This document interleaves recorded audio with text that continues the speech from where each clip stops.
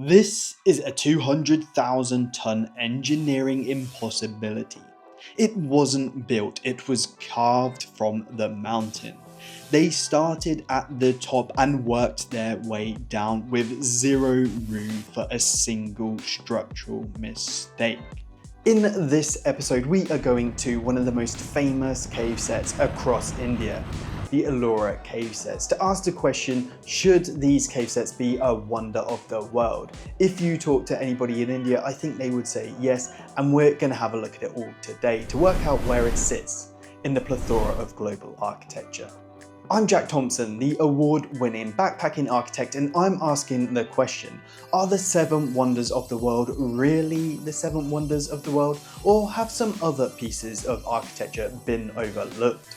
The ratings may be controversial and you may not agree, but guess what? That is the point, and we are going to explore it all on the ground. This is Backpacker's Blueprint.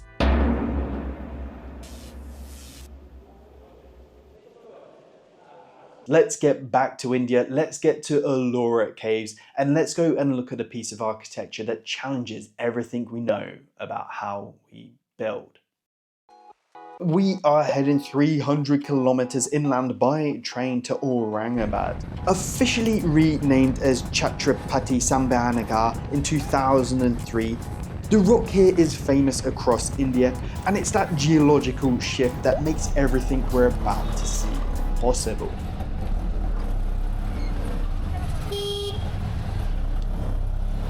The Ellora Caves represent one of the most significant cultural and engineering continuums in human history, stretching across 2 kilometers of volcanic basalt cliff. These 34 monuments were not a single burst of construction, but a multi-generational project spanning from the 6th to the 12th century CE. And as the timeline changes, the religions do too. It's divided into 3 distinct clusters. The Buddhist phase, caves 1 through to 12, the Hindu zenith, caves 13 through to 29, and the refined Jain finale, caves 30 to 34. We are going to do this chronologically, so let's dive into the Buddhist phase first and go to the most impressive cave there, cave 10, the Carpenters Cave. So this is cave number 10, and apparently it's one of the most impressive ones. It's actually one of the Buddhist temples, so we're going to go and have a look, but apparently it really replicates the intricacies of natural materials, and effectively it's called the Carpenter's Hut because of that. So let's have a look at it. Wow. Huh. That's pretty wild. Here, the ancient masons painstakingly carved hard volcanic stone to mimic the ribs and beams of a wooden vaulted roof. And it wasn't just for aesthetics. The Buddhists understood that deep rhythmic chanting, known as mantra, creates a physical vibration in the chest and skull. The ribs of the ceiling here act as a natural resonator, breaking up the echoes so that you get a much cleaner, immersive vibration and noise. And that theory carries weight today. We can actually see modern pieces of architecture like Zaha Hadid's Guangzhou Opera House, which almost entirely mimics a cave-like feel and aesthetic. It's wonderful. They've got a natural light that they just seem to, a porthole light that lights up the ribs in a way that makes them look incredibly deep and recessed. Fantastic piece of architecture. So as we come up to the upper section here, you can see the deities either side flanking this porthole that the ribs inside.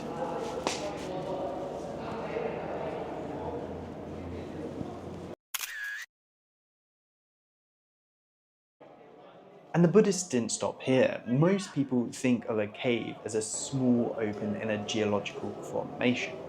But the Buddhists did something extreme, turning a rock formation into a multi-story complex.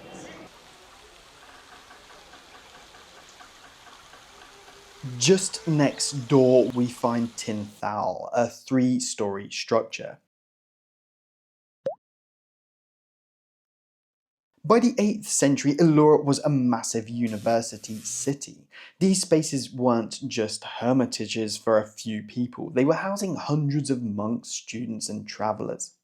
The verticality solved a problem of population, much like we see in high-rises in Mumbai today. This is the 8th century equivalent though.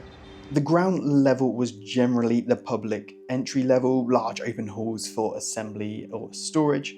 The second floor level was the learning level, where the deep pillared halls for study and debate were, and the third level was the sanctum or private level. It's the most secluded and often housed the most sacred shrines for the senior monks. Oh, I see.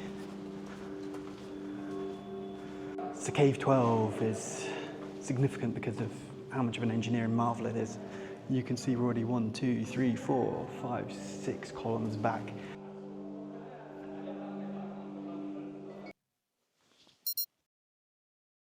So here we go, the greatest monolith ever constructed by humans. And I can see it already. Leaving the monasteries behind, we hit the engineering miracle of Cave 16, the Kailasa Temple. It's a rather audacious building. The King Krishna commissioned this, and this wasn't just a house for God. It was a physical manifestation of Mount Kailasa, the Himalayan adobe of Lord Shiva. By releasing this temple from the basalt, the king was effectively anchoring the heavens to the Deccan Plateau, claiming a divine right to rule that was as immovable as the mountain itself. There's a famous copper plaque here that, upon completion, reads, "Oh, how did I build this?" And it's rather appropriate, I think you'll agree.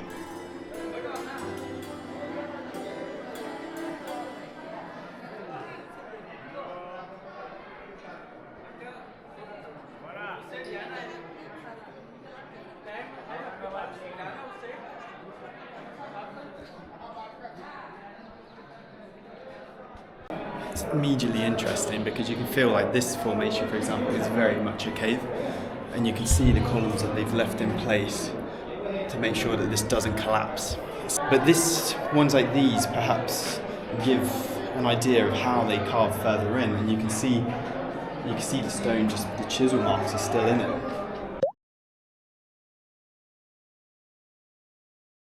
These columns, for example, absolutely marvellous. They really show you how the columns were used to support, and you can just chisel into the cave. This cave, for example, this section here isn't that deep, but it's got a beautiful sculpture on top of it. On the subject of disappearing materials, I want to talk about the skin of this. We mentioned it earlier at Cave 10, and we're going to mention it again now, because if you look closely, you'll see a layer of stucco work that has largely disappeared from most of the temple.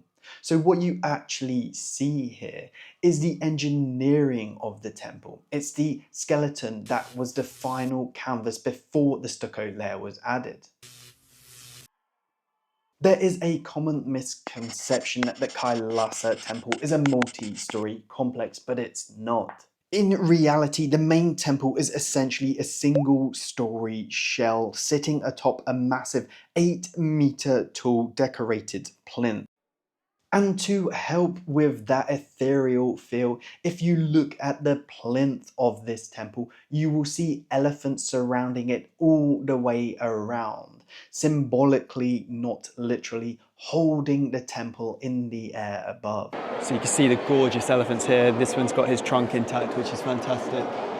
But they're just holding the whole temple on top of them to get up to the main plinth, to the main temple and the main inner sanctum and the smaller shrines around it. It's one of the tallest podiums I've ever seen, actually. And it's just surrounded by elephants. Surrounded by elephants carved absolutely everywhere, one after another, after another, after another.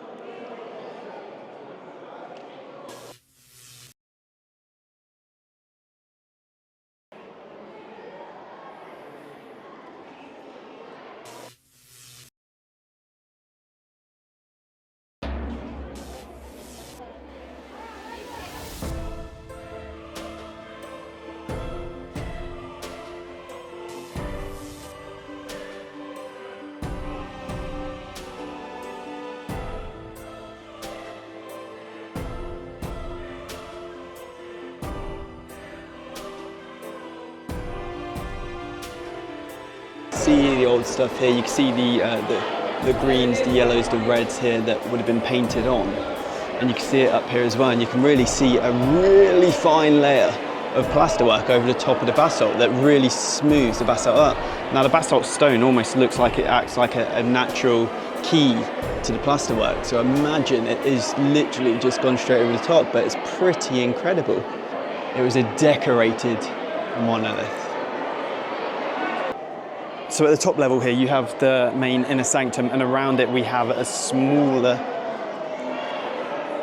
shrines. But you can see how tall this one is. It dominates this area. And then you can still move around here in Padakshima. But it's pretty spectacular actually. I'm pretty blown away by the whole thing. I mean, just to think that somebody's started way up here. They would have gone round the outside first before carving into the space. I mean, you think about the engineering that would have had to have gone into this to achieve things like this pretty wild overhang. I mean, holy smokes, you've got the entire rock face on top of this. So over 200,000 tons of stone was removed from this place, and some people say double that, up to 400,000 tons. And a lot of people don't know where it went. They say that it was quarried and used in places around us, but it kind of disappeared, which really adds to some of the mystery as well. To put that into context, that is around the weight of 9 Titanics being carved into a cliff. Or if you prefer metal to water, it's around the weight of 40 Eiffel Towers. And whilst the central temple is the main event, its structural and visual equilibrium is maintained by a series of sophisticated supporting chambers. And these are connected by a series of monolithic stone bridges. These bits coming through are pretty wild because we're still on one piece of stone here effectively. You can see the steps have been carved out, but then you have this whopping great overhang, which is pretty insane. Look at this. So that is a lintel effectively across the space.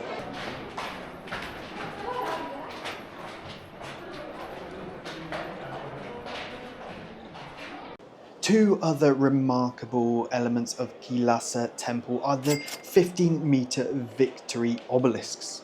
These are vertical sightlines that break the horizontal mass of the canyon. There are also 2 freestanding elephants that are used to allow you to get an idea of scale of the temple. What we end up with here is a cliff face sculpted into a mountain for the gods.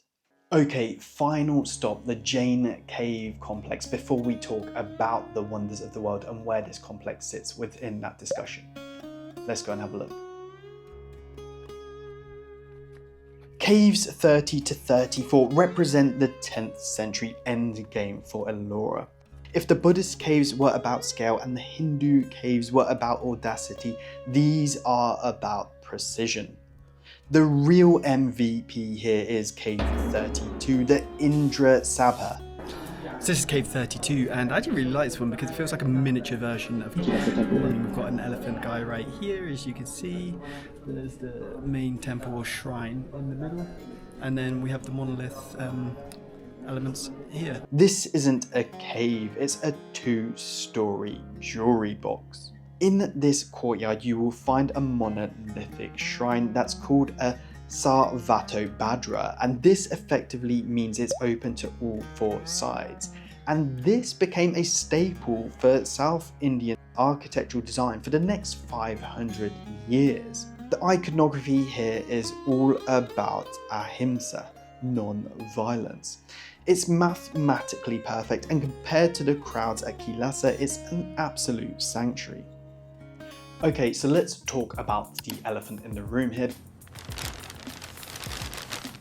because I can almost feel you screaming at me through the screen. This is one of the most incredible pieces of architecture on planet Earth. How is it not taking the top spot? If we look at this as a subtractive piece of architecture, what we are really comparing it to are things like Ajanta caves, but also the Labella churches in Ethiopia, the Longmen grottos in China, and one place that actually is on the new 7 wonders of the world list, Petra, Jordan.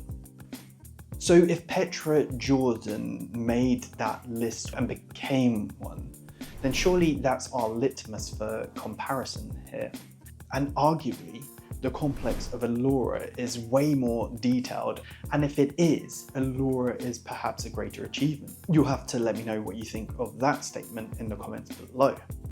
This is not the Taj Mahal, but it was designed by an architect from the same lineal heritage as the Taj Mahal, but this one was done for 2.3% of the cost of the Taj Mahal.